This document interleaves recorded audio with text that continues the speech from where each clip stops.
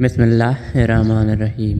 شروع اللہ کے نام سے جو بڑا مہربان اور نہایت رحم والا ہے۔ فرمان سیدنا غوث اعظم رضی اللہ تعالیٰ عنہ۔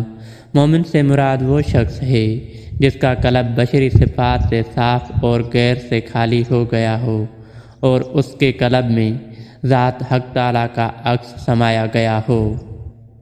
اسے دیکھو جو تمہیں دیکھتا ہے، اس سے محبت کرو جو تم سے محبت کرتا ہے، اس کی سنو جو تمہاری سنتا ہے، اپنا ہاتھ اس کے ہاتھ میں دو جو تھامنے کو تیار ہے۔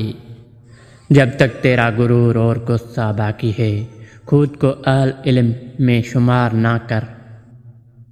فرمان سیدنا غوث اعظم رضی اللہ تعالیٰ عنہ۔ اے ابن آدم، تو کون ہے؟ تو ایک ذلیل و حقیر پانی سے پیدا کیا گیا ہے، اسی لیے تو اپنی حقیقت کو پہچان اور اللہ کے سامنے جھک جا۔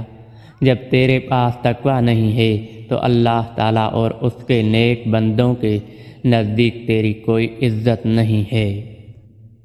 بیابانوں میں اللہ کے ساتھ وقت گزارو اور اس کے ساتھ براہ راست باتیں کرو۔